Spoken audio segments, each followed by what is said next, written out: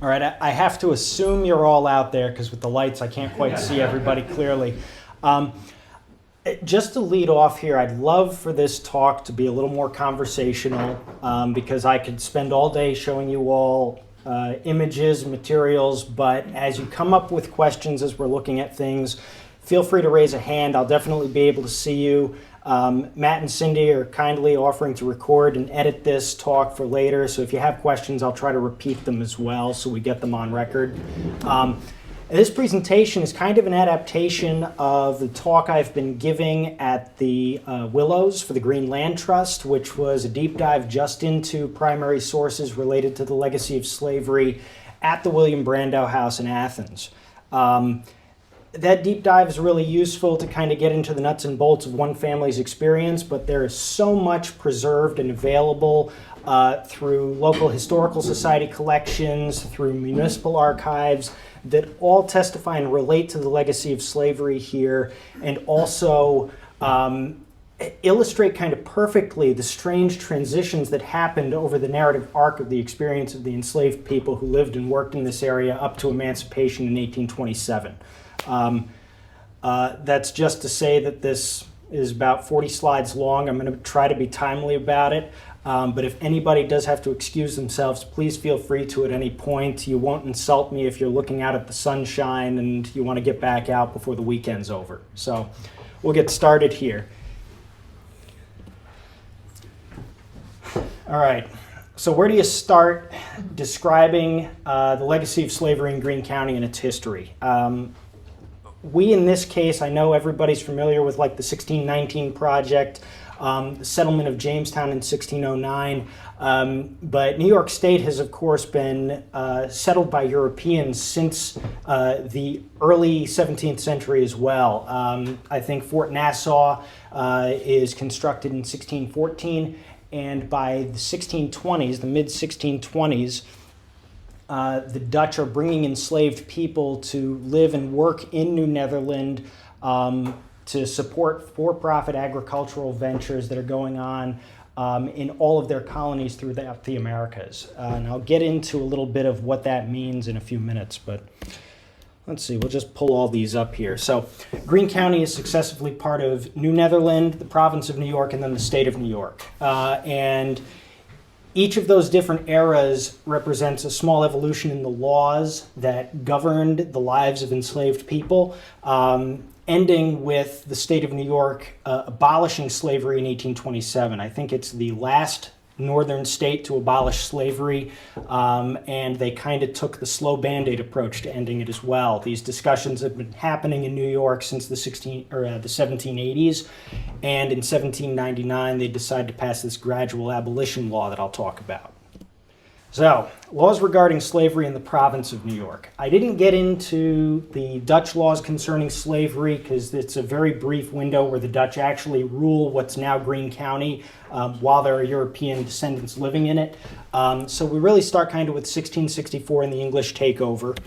So between 1664 and 1775, there are 34 distinct laws that are passed concerning slaves, compared to 4 concerning other forms of servitude. These are laws including things like prohibitions on enslaved people gathering after dark. There are laws about the enslaved being able to be abroad without a pass. These are laws that are very similar to what you see in the South, even in the antebellum period leading up to the Civil War.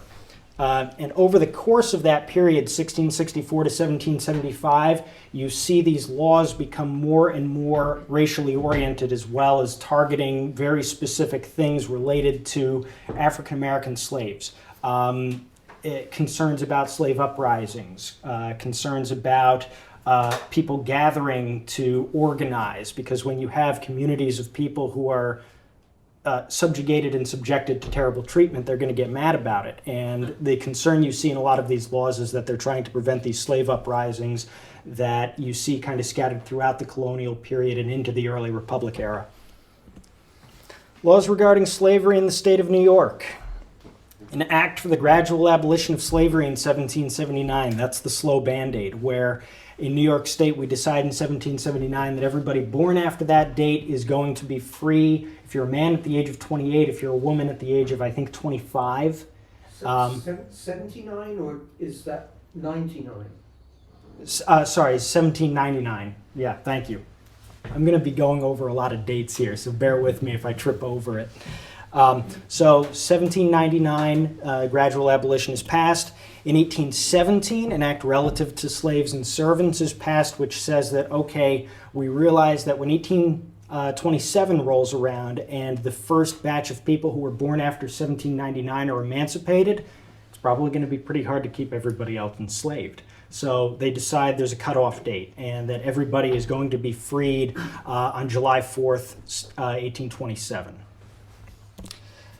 1819, an act relative to slaves and servants. They're creative with these titles. This is a law prohibiting the sale and export of people out of the state of New York. The problem with these gradual abolition laws is that people realized there was a timeline on how much longer they could commoditize other people. So people start getting sold out of state down south. And enslaved on southern plantations. I know everybody's familiar with the narrative of Sojourner Truth here, probably. Her son is sold down to, I think, Alabama by the gentleman who technically would have been the guy who held this child's indenture. Because the child was born after 1799, he would have been considered involuntarily indentured to the person who owned him before that, or owned his mother. And the New York State Constitution of 1821, which is another important one. Again, as we're talking about this, we're talking about a system that becomes more and more racially oriented and defined. In 1821, the state of New York really goes buck wild and says that all white men can vote. How revolutionary. But they also say that African American men cannot vote and aren't eligible to vote unless they own a certain amount of real property. So they put a property restriction on black men at the same time that they're expanding the franchise. And this is something that didn't exist prior to that. So you see all of a sudden all of these people who once existed as kind of this ruling planter class in a sense are starting to try to figure out ways to restrict the political agency of the people who they once subjugated. Slavery in Albany County in 1790. I'll talk about the 1790 census in a little bit. It's our first kind of watermark that gives us something to build from when we try to understand slavery in the early republic. The long and short of it is that Albany County, which at that time included all of Greene County, had the highest percentage of enslaved people living in it, the largest population of enslaved people living in it of any county in the state of New York. So 5% of the population here in Greene County, 5% of the population in Albany County broadly were enslaved people. New York City had the second highest number, just under 24,000 people, and Kings County had the highest concentration. An important distinction. There's only 1,400 enslaved people living in Kings County, but every third person you'd encounter on the street was enslaved. So think about that number. You don't see numbers like that outside of like Savannah, Georgia at that time. Those are the only places where you'd see that many enslaved people in a single setting. Yeah, question. For those of us who are not city people, which one is Kings County? That's part of Brooklyn now, isn't it? Yeah. Kings County is Brooklyn. Yeah, all of Brooklyn. All of yeah, them. yeah. And what would, I'm imagining that the high number of people in our area was because they were agricultural workers? Yes, yeah, so that's exactly right. And I'll talk about that a little bit more in a second. But when you see Kings County, you have to remember at that time that's also all apple orchards.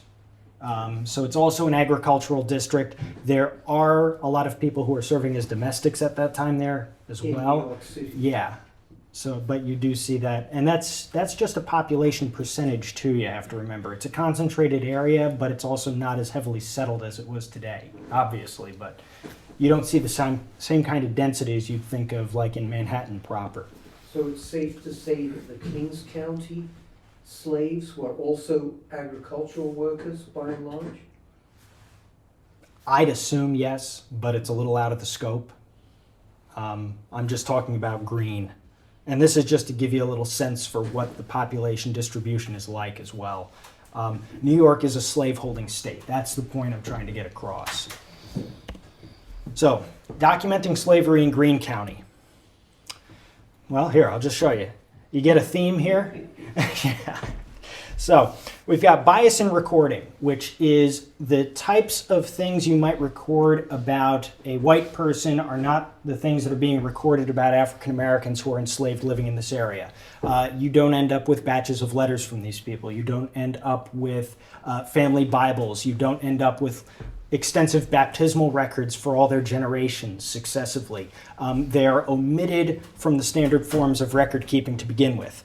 Bias in preservation means that at various times people valued the documents that did testify to their existence less than they would have their own families, even though they might have been the enslavers of these people. So you lose some of the minor paper trail that would have existed otherwise.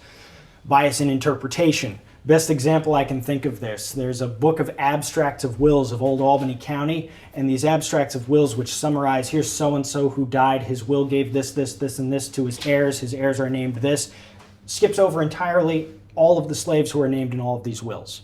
They just took that part out. They skipped over. They talk about all the other fun things like, oh, they got bedsteads and stuff like that, and looking glasses, but we're not talking about the slaves. So I had a friend working on a research project who had to go back to these original wills, and it turns out there are all these people he was looking at, and all of the recording of their enslaved people was omitted from previous histories that were done on these things and secondary sources. And bias in recitation, which means we just don't like talking about it. Slavery is yucky. Go figure. It's an awful topic to discuss. The narrative of Sojourner Truth, which I'll come back to again, the most recent edited versions of it dive into this at length, talking about how many parts of the narrative that Sojourner would have related to the people who recorded it. The people who recorded it cleaned it up a little bit to make it a little nicer for publication, so we lose a lot of the nitty-gritty details. So we'll get into documents now. I organized all of this not by document type, but by era, is a better way to talk about the periods that we're looking in. So this is now the English colonial period that we're looking at. I'm just using materials that are sampled pretty much exclusively from the Greene County Historical Society's Vetter Library for a lot of this. We'll also look at some county documents that are available. So colonial documents. This one's in neither the counties or the County Historical Society's collection. This is out at the Fenimore, but everybody should know it. The Van Bergen overmantel is the earliest landscape painting from Greene County. It's a really important piece. I'm sure many of us are familiar with it. It's also one of the first documents that testifies to a social landscape that includes enslaved people in it. So you have the Van Bergen farm in Leeds, which there's a house that currently stands on the footprint of this building. The restaurant, the Barnwood, is right over here. And over in the corners here, in the margins, there are enslaved people portrayed. I didn't have a good high-resolution copy of this. This is really a whole lecture in and of itself, but this early landscape painting done around 1735 shows enslaved people and their experience relation with the Van Bergen family of Leeds. It's one of the founding families of the county. 1763, my share in the Negro slaves. So Arent van Wormer gave this receipt acknowledging money he got from the estate of Michael Van Schack, who lived over in Claverick. Michael Van Schack died, and his family took his estate and maintained it because all the heirs were entitled to distributions from it. Part of those distributions were the lease of slaves out to people in the community and the money they got for leasing those people out. This is part of this agrarian economy. You don't see a plantation system up here like you see in the South. You can't think like a big rice plantation with 300 people enslaved and working on it. Instead, the bigger farms here are going to enslave maybe no more than 20 people in this county. And those 20 people might be working seasonally on many different farms in the area. And they might be leased out here and there, this and that. On the whole, it's a much more isolating experience for enslaved people. There's much less community. It's decentralized. People aren't allowed to associate as regularly and directly with those they're related to. When families are separated, they're separated far away. So you have this guy Koff. And this is the only document we have that says Cough existed. In 1763, he was working for a Palatine named Ludwig Planck, who lived out by the escarpment of the Catskills, kind of in Kiskatom area.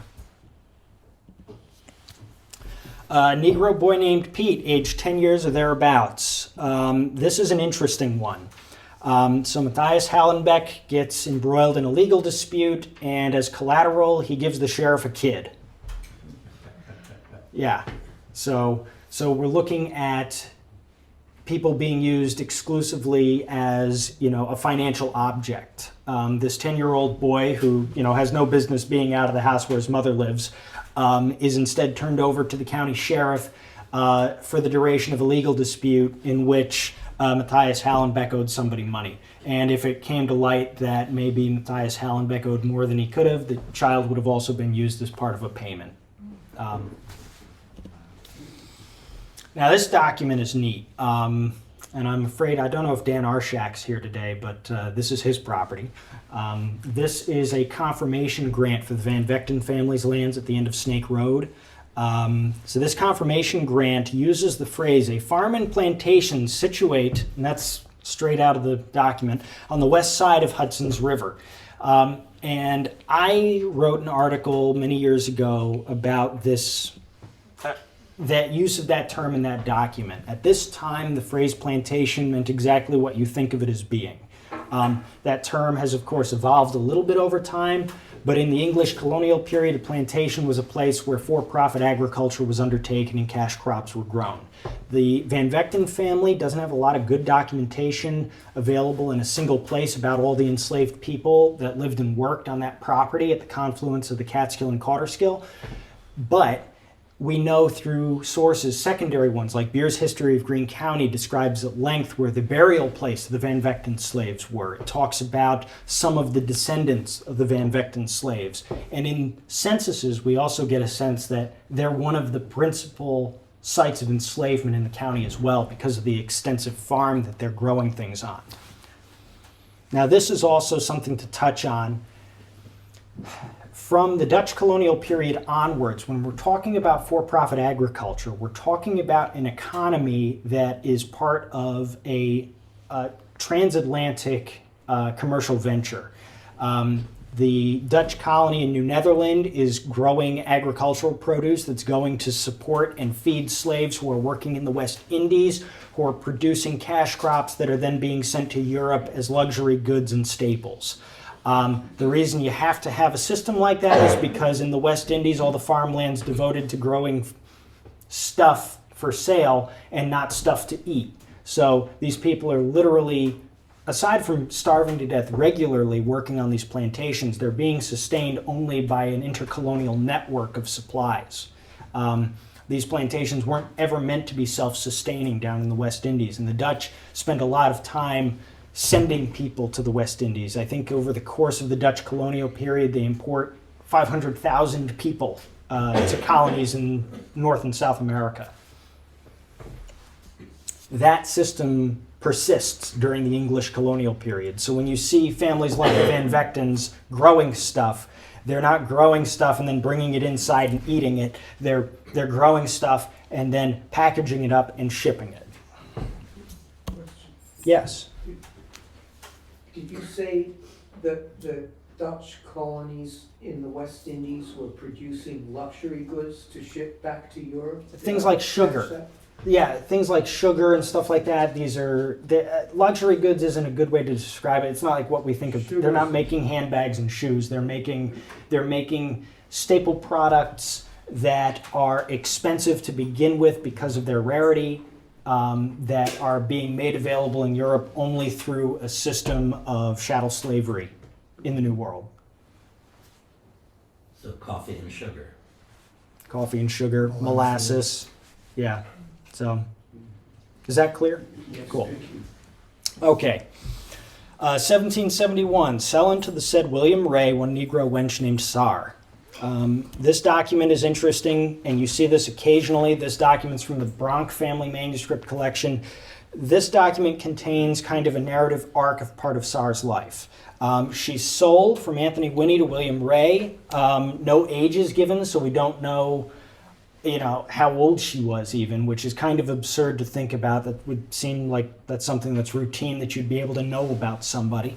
Her age isn't given, but she's sold twice in the span of 15 years that we know about. We don't know if Anthony Winnie also purchased her recently and sold her away, or how old she was when that happened.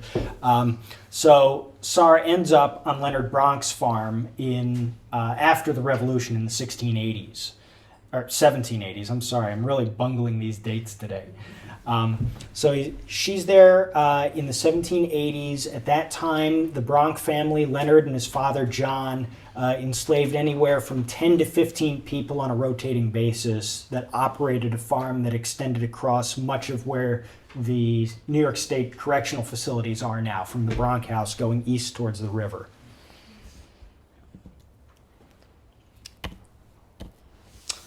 Certain Negro girl named Diane, I think is how that's pronounced. So Jury Van Hoosen and his wife Janie give their daughter, I think that's pronounced Lainty Hardick, a young girl, and they give it to her in consideration of the natural love, goodwill, and affection which we have and bear unto our daughter. Whether she was a wedding gift or not, we don't know. And what happens to her afterwards is also unclear. What we do know is that if this receipt ended up in the Bronk family manuscripts on this side of the river, at some point it's very probable that this document was sent along with Deanne to the Bronk family when she was sold to them at a later date. Now this one's interesting. And this is just, again, we're looking at these because these all testify to little different aspects and flavors of the institution as it's expressed during this time. So this is the height of the Revolutionary War. And the Revolutionary War, especially in the Hudson Valley, is not a pretty experience.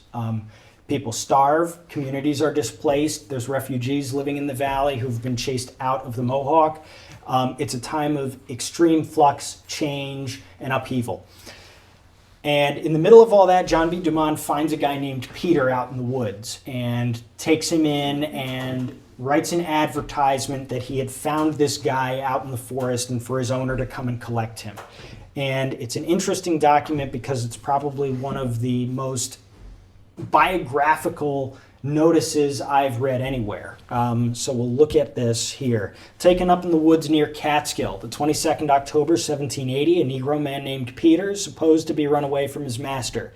He speaks nothing but English in his mother tongue. The former he speaks so improper that he cannot be understood, only here and there a word.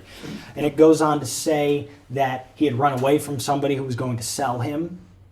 It doesn't say what he was running towards or why, but it says that if somebody can prove that they own this guy Peter, they can show up in the Great Embuff and take him back. And whether John Dumont posted this or not in a regional paper, or whether he just copied this and had it nailed up on boards on the sides of barns somewhere, we can't say. But we do know that this document testifies to, first off, the ongoing Atlantic slave trade at that time. Because here we have a gentleman who's, clearly English is his second language, who's living here and is from a place that's different than the native language of the individuals who John Dumont is enslaving. So we see that these people are all removed maybe only one generation from the Middle Passage. So these are people who have already survived a horrible experience, whose communities have been decimated, who are now living here in the Hudson Valley. And this guy, who is trying to express his own agency in his life, ends up getting caught again. And we don't know what his disposition was after that, what happened to him, but we do have this weird little vignette of a moment where all of these people from all of these disparate places are all brought together, exclusively by the experience of slavery.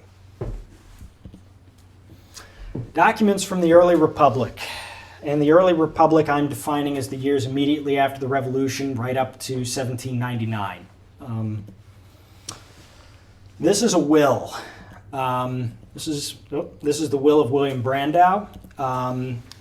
The will of William Brandow is a lot like other wills of people who were well-to-do farmers in the area, or they were we call them gentleman farmers, for example, people who never actually worked in a field, who had the financial ability to lease out farms, draw revenue from that, and be engaged in other things like the practice of law or involvement in local governance. William Brandow was a gentleman farmer, and at some point his son Ari, which is the name that's given in the will, but his full name was Aaron, who was lame, couldn't do farm work, is given 2 slaves by his father to maintain him for the rest of his life. And in this, we only have one gentleman named Pete, who's turned over in the will, whose name is given. The other person isn't given, but I'm sorry, I'm tripping over my tongue here. It's a little complicated. Pete, the reason I'm talking about him is because this is the second document we have in the Brandow collection that testifies to Pete's life. We have a bill of sale from earlier in the 1760s where this guy is gives his age, and then we see him appear again in a Brandow family will. This would be in 1789. So we have, again, piecing together part of the timeline of this individual whose birth and death date are otherwise not even given. 1790 United States Census. And this one, again, I've underlined William Brandow here because this is the guy who we just saw giving people. His will is 1789, and his son William, who's also an enslaver, is listed here in 1790. The 1790 census is that baseline that allows us to gauge the extensiveness of the institution of slavery in the young republic. It's the first one we have where we can say, oh, in the United States at this time, there were this many people who were enslaved in this place, and this place. We all clear on that?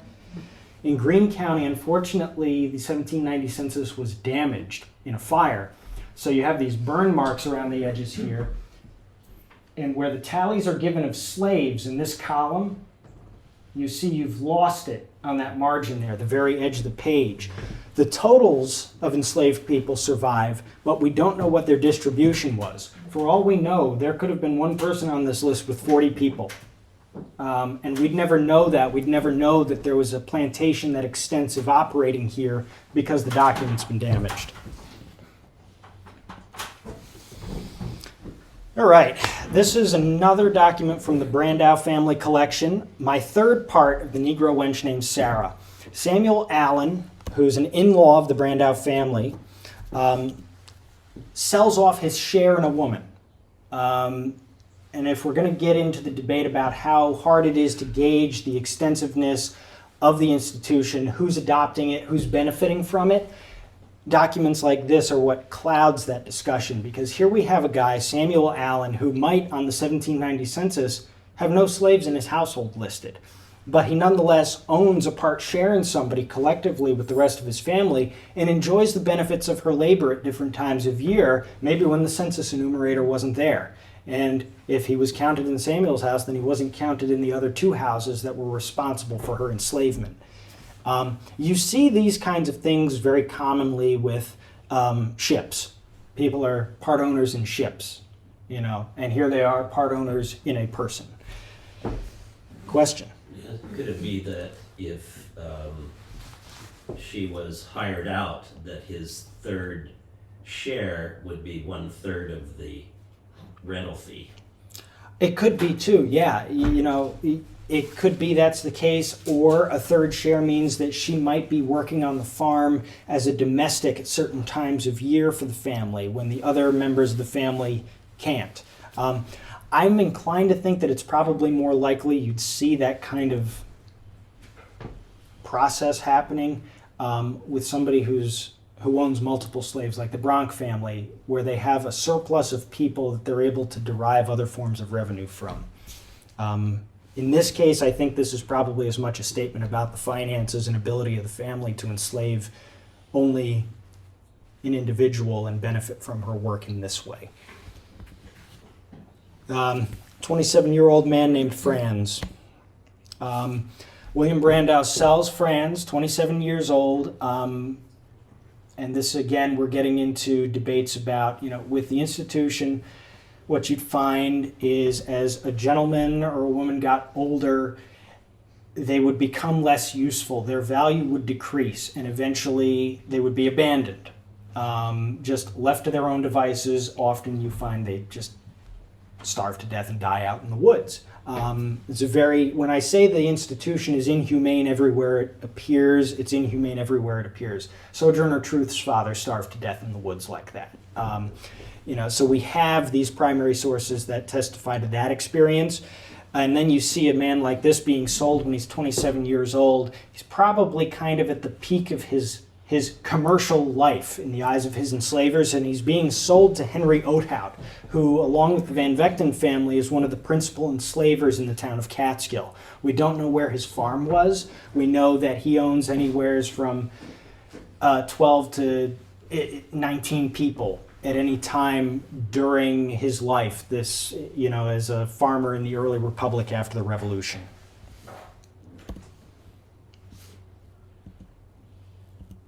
There we go. Now we're into the Twilight period, and this is, again, after 1799 when that law is passed saying everybody born after this date is going to be free at some point. And it's confusing.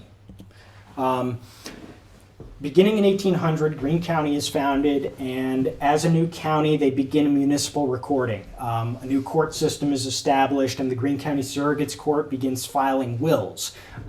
This document here, the Record of Wills, which is bound, and all of the laminated wills that were originally recorded in the first 20 years of the county's history, are filed in this book. Because they're laminated, I was able to put a little post-it note on each one flagging each document in this book in which enslaved people are distributed by the estate of that person. And this could be anywhere from 1 to 2 people to 5 people in this book. It's a nice visual. It gives you a sense for, how common this is even in a small rural county at that time. And this is another interesting document. So when I said that the Twilight period is confusing, what I mean to say is that everybody's scrambling to come up with new recording methods to keep track of the requirements of these new laws. So we end up with this insanely titled document called the Record of Freeborn Slaves. There's no such thing as a freeborn slave. They were born enslaved. This record is meant to keep track of children born to enslaved mothers, who, because of the nature of their birth to enslaved mother, they're required to be indentured out involuntarily until either the age of 25 or 28, depending on if you're a woman or a man. So this book is kind of that authoritative document that would allow them to gauge somebody's indentured period. It's a nice idea. They use this document all the way up to 1826. Leonard Bronk has the last entry in this book. But really, when it comes down to it, and we see this in practice, children born to enslaved mothers, a lot of owners treat them simply as chattel, just like their mothers were. They sell them away, they trade them, even though they're supposed to only carry them on as indentured servants, really. So you see this kind of expression of this confusion and this desire to obey the law that's passed and keep up with the spirit of it, but at the same time it embodies all the worst aspects of what the institution is. So this is a photostat. This is FDR's signature right here. He collected the original of this document back sometime in the 1920s. He was an antiquarian interested in this stuff. He ended up with Coxsackie's Record of Freeborn Slaves, and in the 1930s created a photostat of it, which he turned over to the Greene County Historical Society. So the original of this is down in Hyde Park. But getting back to kind of the insidious nature of this document, what you have here, this is one page, this is another page, and just ignore this gutter material here where they overlapped for the photograph. You have, the first thing is the proprietor's name, because that's what matters most, is who owns this kid. Then you have the name of the mother, the sex of the child's name, and when they were born. And all of those things are going to allow you to keep track of that child so you know how long you can enslave them for. You'll notice that the fathers are not acknowledged. This has no respect towards family groups or family context. And you're going to see that persist right up until emancipation in 1827, where these are just things. This is a list of things. In Catskill, and this is a document that's filed with the county clerk's office now, we have this interesting table for the support of children born of slaves, because at the same time we see these records of freeborn slaves appearing, we also see the overseers of the poor, which is an institution every county had at that time, stepping in to figure out ways to either help perpetuate the institution or step in where these new laws are creating shortfalls. So the table was prepared because what would happen is an owner of a woman who had a child might decide to abandon the child of that enslaved woman to the overseers of the poor as a way to have that child turned over to a neighbor or something like that, at which point that neighbor would literally be able to draw revenue for the maintenance of that child from the town government as a ward of the town. Do you understand what I'm saying? Is that clear? So this table's meant to keep track of that. But we'll see here, this indenture is for a child named Jin, who I think she was 6 years old at the time this document was created. Just within 3 years of that first table being produced, we see that the overseers of the poor have gone so far as to commission a form document, which even says the phrase, actually, a Negro child born of, like, it's a form document just for abandoned Negro children born to enslaved mothers. It is that common by that point that you see a need for a form document like this where they can just fill in the salient details quick and shuffle it off. This one, Henry Demarest has an enslaved woman who has a child in 1801, and in 1805 he abandons the child to the overseers of the poor, who turn the child over to Henry Demarest, and he gets $2 a month for that. So he just turned the little kid into a revenue stream for himself. So is the child still required to work? Yes, yeah, and it gives the stipulations in here stating how long that child is required to work, what kinds of things that child will be doing, housekeeping and housework in this case. So she's going to be raised as a domestic at the age of 6.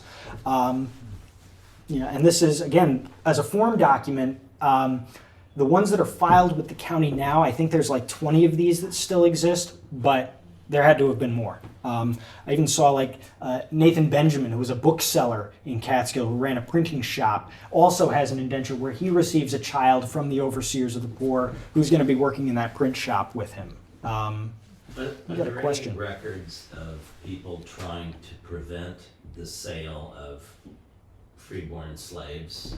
Yes.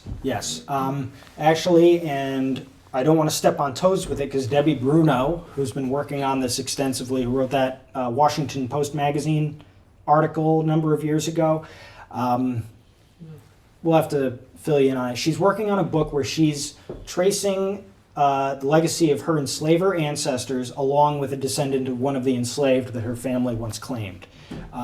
So she and Eleanor are spending a lot of time on this research, and one of the documents that they've spent time on is a court case in which a woman, just like Sojourner Truth, but not an interstate issue, an intrastate issue, goes out and tries to get her child back, who was sold out into Cherry Valley at some point as a slave, even though he was supposed to be indentured and remain in the household of another individual. And she's doing that in 1815.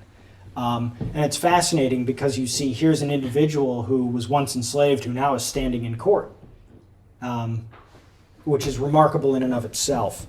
But you don't see a lot of that. You see rare examples of it where it's clear that with the right circumstances it could be done. But the fact that New York State passes that law in 1819 about it means that it was a considerable problem already that the legislature felt they needed to act on, and also one that they probably couldn't enforce very well. Because there's just not a lot of documentation about these people. It's not like they could go and say, oh, that person was sold to Georgia.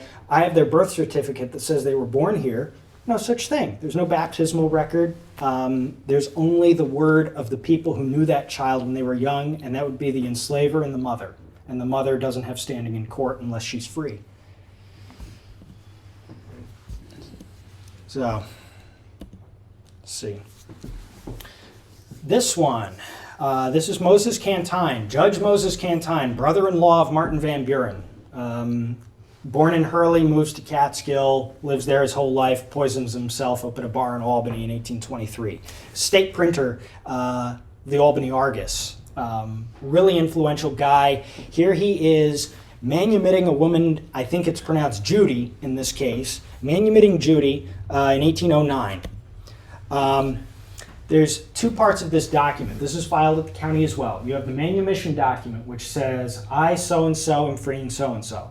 And then you have the overseers of the poor giving an affidavit that says this person's going to be able to maintain themselves. They're probably of this age or under the age of 50, and we believe they can support themselves and will not become a ward of the town. That has two functions. That gives the town the right to throw their hands up and say, not our problem, because it could very well be that this woman, Judy, was 49 years old and crippled from arthritis already and wasn't going to really be able to support herself. And it also is a way for, Moses Cantine to have his decision endorsed by the authorities. It could also be that this woman was able to support herself, but at the same time, you have to think somebody who's raised in a setting in one context as an enslaved person with one family for the majority of her life, raised in that setting, to suddenly take them from that is another kind of chaos in and of itself. To set them free when you've never had a sense of freedom is just as dangerous in some cases. And Sojourner Truth also talks about that a lot. I'm going to come back to her because her narrative is one of the only ones we have from the Hudson Valley that talks about the experiences of enslaved people here. Mary being about 18 years of age, this is interesting too. They're all interesting. Mary is sold by Thomas Hoteling to Leonard Bronk. They were friends. He buys her in 1809, and then Leonard gives Mary to his stepmother-in-law, Susanna, in 1814. Susanna dies pretty soon after that and gives everything to her slaves. Everything. The house, all the clothes, everything, all the farm implements. She just gives them it all, sets them up for life. We don't know what happened to these people after that, but Susanna is a really interesting character. She's very kind of outside of the mold. She's from an old Dutch family. She's established, previously widowed. She had her own kind of dowry that she brought with her, that she had revenue from a separate estate, and decides upon her death that having lived in this context with the Bronk family, being married to Leonard's father, and entitled as such to a part of the state, that's what she was going to do with them. Gives them a house, and that's the end of it. She is an outlier. Really unbelievable. And a very interesting, you want to read a lot into that, but you can't, because she might have done that in the will, and whether or not that was acted on by the estate is a whole other story. Certain Negro boy named Tom. This is another individual for which we actually have a considerable narrative arc. I won't get into it at all, but Tom is enslaved in Catskill, turned over from Samuel McGee to Jacob Bogardus. Jacob Bogardus gives Tom to his daughter, Pauline. Pauline is widowed and remarries a Brandow, and Tom goes with them. Apparently, after emancipation, he goes with Pauline into this new marriage and even names one of his children Pauline after Pauline Street, which is interesting. We can't read into that too much, but it's an odd circumstance that this person would remain with this individual and this family after the twilight period, living and working on a farm in Athens and apprenticing his children and signing their apprenticeship documents with the family that previously enslaved him. The said Negro is a slave for life. This is a gentleman named Bowes. And Leonard Bronk buys him in 1815, and this is right before the 1817 law that says everybody's going to be free in 27. Bowes unfortunately had the distinction of being born in 1795, which would have meant he would have been a slave for life. That's why they stipulate it here. Would have been a slave for life, even as all of his peers, who are really more or less at the same age as him, are being emancipated later in the 1820s. So you begin to see the shortcomings of the idea of what this law was going to do. Sorry, Matt. The recording just got very loud for a minute.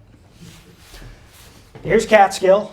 Thomas T. Thompson. Was anybody at the Fellows Lecture at the Thomas Cole House most recently? An entire presentation was given about this document.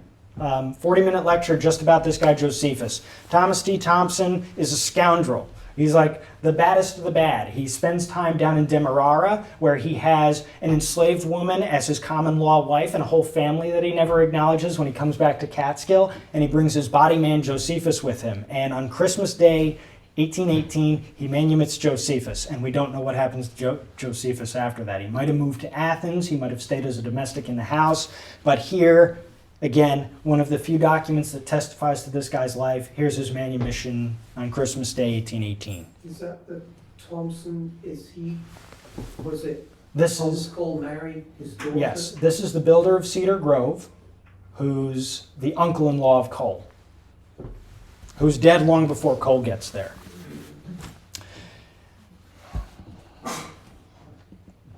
Yeah. Yes. Is Thompson Street named after him, or? Thompson Street is named after the Thompsons in general because there's Dr. Thomas Thompson, who has 3 sons, James Harvey, Thomas T. Thompson, and John Alexander Thompson.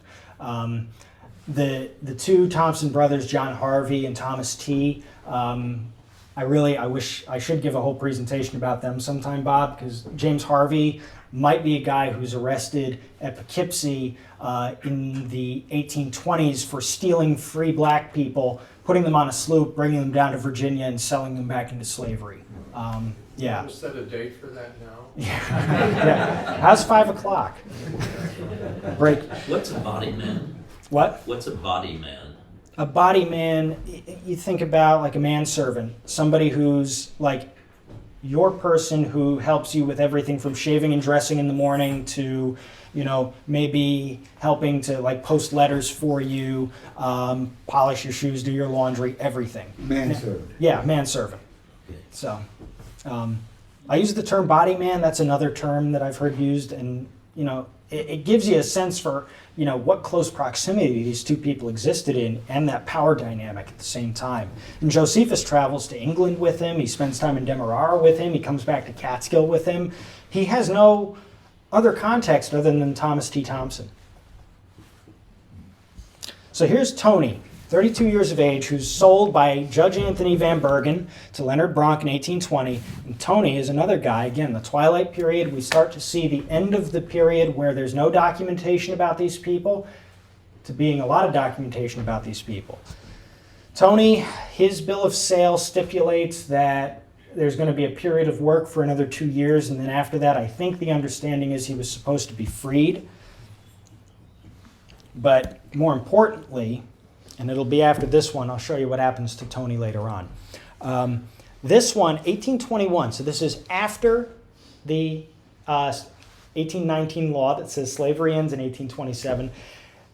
This guy, Adam Van Alstyne, sells Leonard Bronk a bunch of stuff. And in the middle of the document, right in here, a bunch of crockery in the pantry, 1 black woman, 1 black boy named Dick, 1 maple table being property sold at public venue. So there's a sheriff's sale, and Leonard Bronk buys up all this stuff, and they just list these 2 African-American people kind of in the middle of it all. And they don't give ages or a name for one of them. His property. Yeah, it's just stuff. And you see kind of this old way, it's that old mode of thinking that has to go away in 1827 that hasn't gone away yet, that hasn't been disposed of. Now, we'll get into the last couple of interesting documents here. I just took a bunch of images of the baptismal records of the Reformed Church because beginning after 1800, you start to see children getting baptized who are the children of enslaved people. So you see, like on here, Ben belongs to Leonard Bronk, Jude, free, and baptizing a child named Jacob. And then you have here, let's see, down, I think, Ben Hallenbeck, Mariah Miller, free. Mariah Miller, free. Pomp Miller, baptizing Joseph and Margaret Ann. Jack belongs to Leonard Canine. And Elizabeth, free, baptizing a child named Joseph. So you see all of a sudden these family groups are starting to get acknowledged, where the legitimate father of that child, who's never talked about in like the record of freeborn slaves, never talked about in a bill of sale. All of a sudden you see these family groups begin to appear, and this is kind of where we start to begin that genealogical process of being able to trace these people. Here, Dick and Maria, parents are slaves of Abraham Hallenbeck. Question? Yes. This looks like a transcription of a manuscript? It is. So the original, I think, is filed up in Albany. So the document everybody uses for reference work, which is a verbatim transcript, was done in the 90s and published by Kinship Press. And it's the one that's used as the record copy. That's the one that's referred to. So I'm just taking these directly from that. But the original manuscript, if everybody handled a church document looking for family baptisms, it would last 5 years. So we use the print copies instead. Now on here, Toon van Bergen, who was sold in 1820. Here's Toon van Bergen and Chris, his wife, baptizing Marquis Lafayette van Bergen. And this is in 1825, so the year after Lafayette visits America, one of the great heroes of the democratic experiment. And here's Toon van Bergen, born a slave, naming his child after one of the great freedom fighters of that era. I think on the other side, there's also Tom and Maria, slaves of Leonard Bronk, baptizing a child named Benjamin. And that Benjamin Bronk has a son who serves in the U.S. colored troops during the Civil War. And Benjamin himself is one of the organizers of Bethel AME Church in Coxsackie, which is the first free African-American congregation in that town, organized in the late 1840s. Now we've got questions because I just numbed you all with all of that. So, all right. Yeah, I wonder, Jonathan, people so often talk about the fact that, well, it was a different era, people had different ways of doing things. I love that question. You've talked a lot about people buying and selling. Yes. And I know that there was no great number of people who were supporting emancipation even during the 1800s, but surely there were, I imagine there were some people Yes. who were worried about it. Could you talk a little bit about what you learned about people feeling, white people feeling that there might be a problem with it? Well, first off, let's back up right there, because white people worrying about the problem is almost immaterial to the fact that you have millions of black people who are worried about it, who say this is bad. Right. The whole idea that you have to go and refer to the enslavers as a source of moral guidance for whether or not we can judge them is flawed to begin with, because there were a million other people whose voices aren't recorded from that time who said this was bad. And they said this was bad because they ran away. They said this was bad because when Abraham Lincoln said they could get guns and kill people who had enslaved them, they did that. They say it's bad because they organized their own churches and expressed their own political agency as soon as they're freed. They say it's bad because they organized schools for their own children to teach them because they hadn't been allowed to be taught. So can we judge enslavers? I think the answer is always yes. But more so, if you want to look at, the entire colonial period is a history of laws being created that not only make it harder for enslaved people, but also make it harder for the people who want to liberate others to do so. Quakers are outlawed from manumitting people in the Carolinas, I think in the 1730s or something like that, because they realized, wait, we can just buy these people and let them go. And they start doing that, and everybody in the Carolinas says, wait a minute, that's bad. You can't do that. And that's before the country's formed. And so in 1776, we decide to have this crazy war where we say all men are created equal, and we can get into the debate about all men are created equal, but the principle is that all of these folks who are enamored of Enlightenment philosophy, enamored of the idea of personhood and free agency, don't know what to do about slavery. And they all struggle with it. All the founding fathers, they struggle with this. All the constitutional conventions, they debate this topic. They debate it at length. And what they don't have the strength to do is say that this power structure that facilitates us has to go away. They aren't ready to do that yet. Frederick Douglass describes slavery as the scaffold that has to be pulled away from the nation, that had held it up at a moment and was ready to go away as he built it. So here, Well, I'm from Philadelphia, so I'm just wondering what was happening here, because in Philadelphia there were Quakers and there was a very strong abolitionist movement. there's a strong, I wouldn't say it's a strong abolition movement here, but the experience in Pennsylvania is different than what's going on in the slave state of New York. So it is very different. Yeah, but you have a huge Hicksite, not huge, as huge as the Hicksite Quakers could be, but you have a Hicksite Quaker population here who's engaged in abolition early on, who are invested in this idea. But really, the process of gradual manumission in New York is kind of the extent of everybody acceding to the fact that, yeah, okay, it's time to let everybody go. I'm getting a little into the weeds here, but the gist of it is that all of these people who understood what Enlightenment philosophy meant, who understood the idea of freedom, decide it has a limit. And other people of that time who decide to be abolitionists, other people of that time who decide to run away, say you're wrong. And if we want to judge them, all we have to go to is those other people of that moment who said it was wrong. Yeah. There is an interesting link to Philadelphia in Auburn, New York. The sister of Lucretia Mott was living there. Okay. It's a little bit later, it's the 40s. Harriet Tubman is, you know. Yeah. that Well, was yeah. That was her base. Well, and the reason you see like Frederick Douglass and Harriet Tubman out in Western New York at that time is it's this groundswell of a new flavor of Protestantism that's revolutionary. Do we all remember the burned over district when we heard about that in social studies class? The burned over district, where every couple of years a new religious fervor would sweep across the Mohawk corridor and everybody would go out to a new camp meeting and a new religion would appear.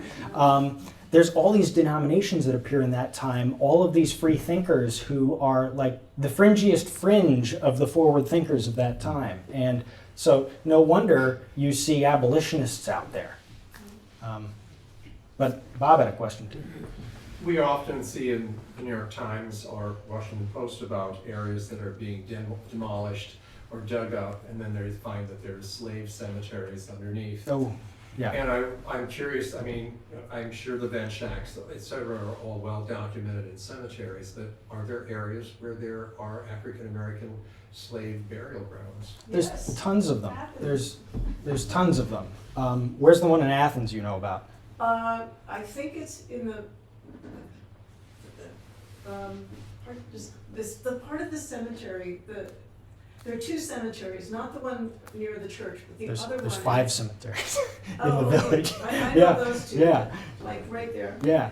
It's in the back, and it's in terrible disrepair, and there are gopher holes. Yeah, that actually is the old Episcopal burying ground. That's all founding members of the community in Athens back there. It's like where Sally Hamilton's Interestingly, buried. Yeah, Charles Swain was an Episcopalian. yeah. So Charlie Swain was our former minorities historian for Greene, who passed away, in 2014? I think. Yeah, so he passed away a little before, I wish we had overlapped. And Jonathan, what I probably meant was Yeah. also, do the families that had slaves, like the Van Shacks or the Bronx, did they have sections of their own cemeteries? So, yeah, this I is, mean, of course, it's, there probably was no documentation either. well, the interesting thing is Beer's History of Greene County, especially the section that's written on Catskill, gives this odd kind of time. They spend time on this, talking about where the burial places of some of these enslaved people were in the village of Catskill and the town of Catskill. And it's interesting because they often overlap. They describe them as overlapping with the Native American burial sites that had been there previously, like the Van Vechten family. Their slaves were all buried in a spot that's now just forest on Snake Road, kind of away from where the house is, which was also supposedly a Native American burial site prior to that.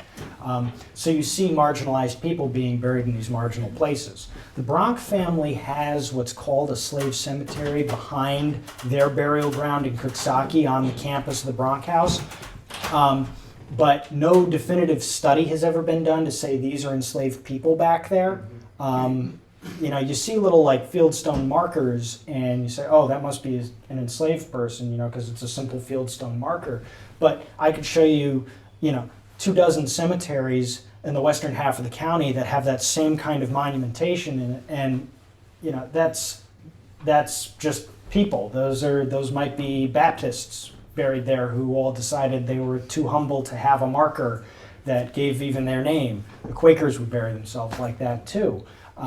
So there's nothing saying that that's necessarily a slave cemetery back there, because we're also missing like 4 generations of the Bronx family prior to Leonard. We don't know where they're buried. When it comes down to it, like best example of like a good burial ground where they've spent time on this, it's well documented, they're doing archaeological studies. The Pine Street Burial Ground in Kingston, which is now under the care of a nonprofit, which has hundreds and hundreds of African American burials in it, spanning from the Twilight period onwards. And over in Kinderhook, the Free Persons of Color Cemetery, which also has hundreds of burials in it, And but in like Newburgh, 9 there's a stones. park that has them too. Okay, yeah. But in Greene, all we have are these kind of secondary sources that say this is the general area where they were buried.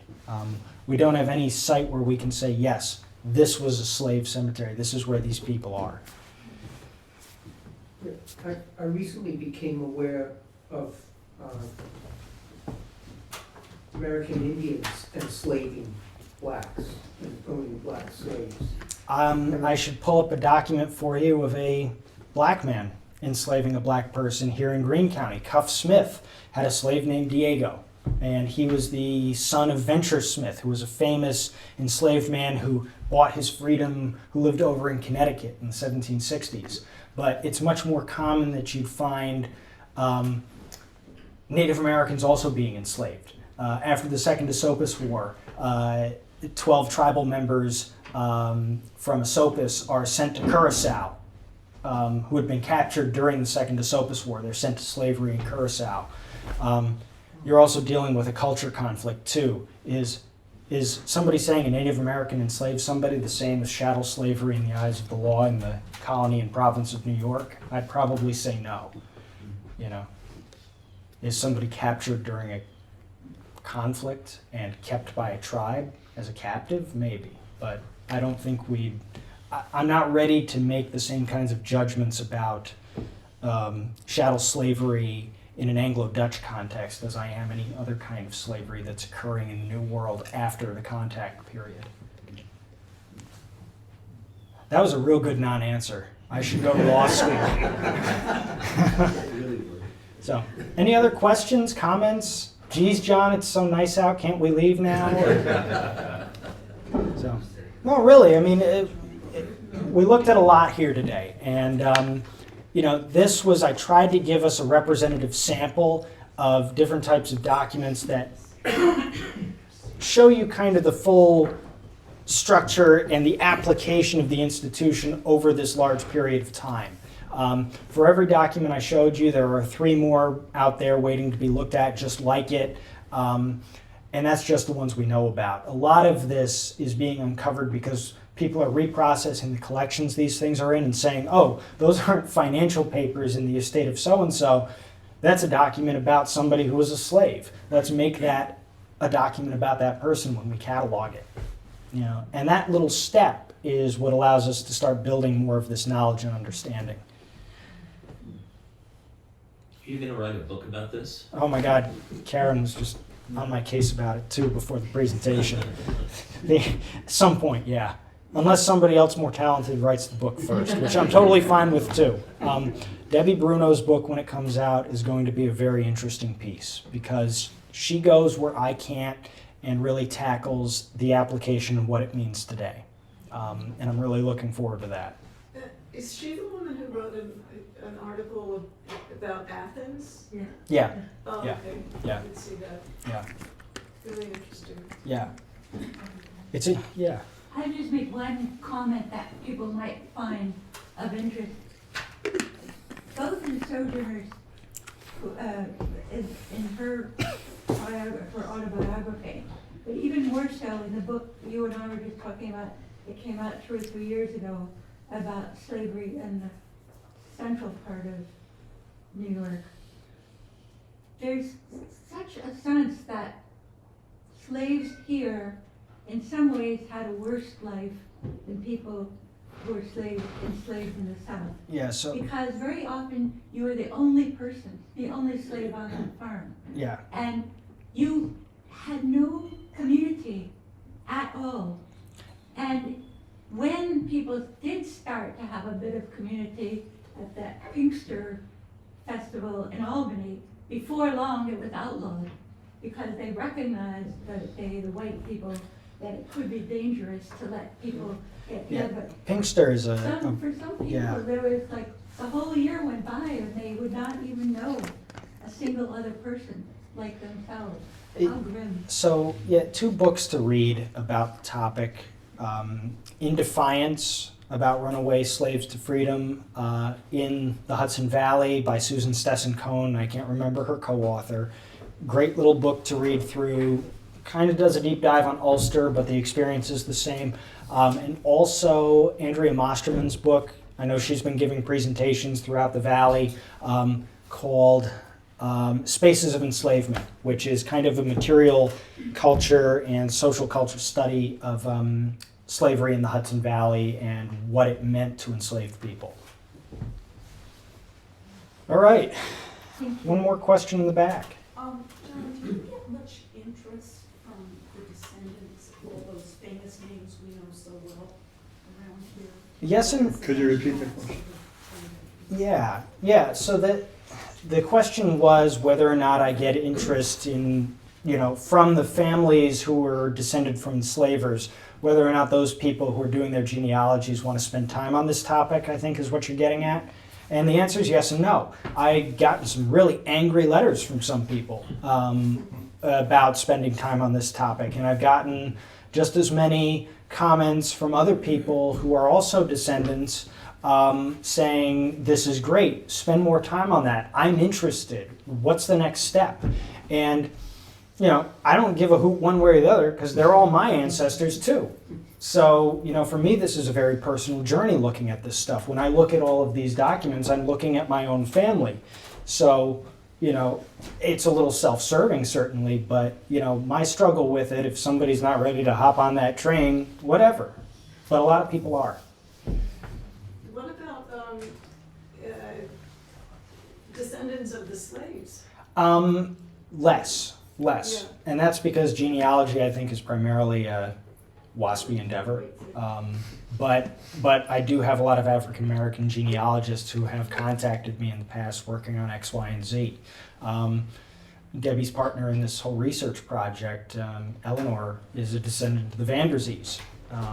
And she's very fascinated in this. Her whole family's invested in it. And there's Vanderzee descendants all up and down the valley who are African American who are really keen to keep spending time on this. And I've also seen a lot of blowback from them too, like comments that, why are we digging this back up? People are people. You get lots of opinions. I've got lots of opinions. Because you're people too. Yeah, I'm people too.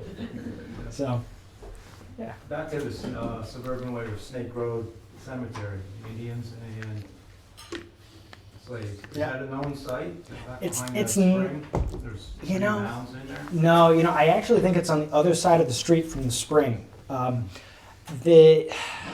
Who's the guy? Henry Brace is the guy who writes the history of Old Catskill in Beer's History. Henry Brace is also the guy who described the early inhabitants of Catskill as being little better than boors.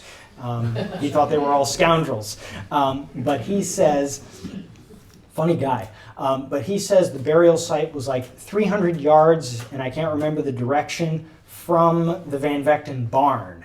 And I love it. He says the Van Vechten barn, it's a big farm. Which barn? Also the barn's gone.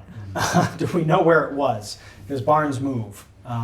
They're utilitarian structures. So the way it's described, I'm assuming it was a grove of trees that stood a little back up the road from the house, up above the creek on the left side as you're driving down.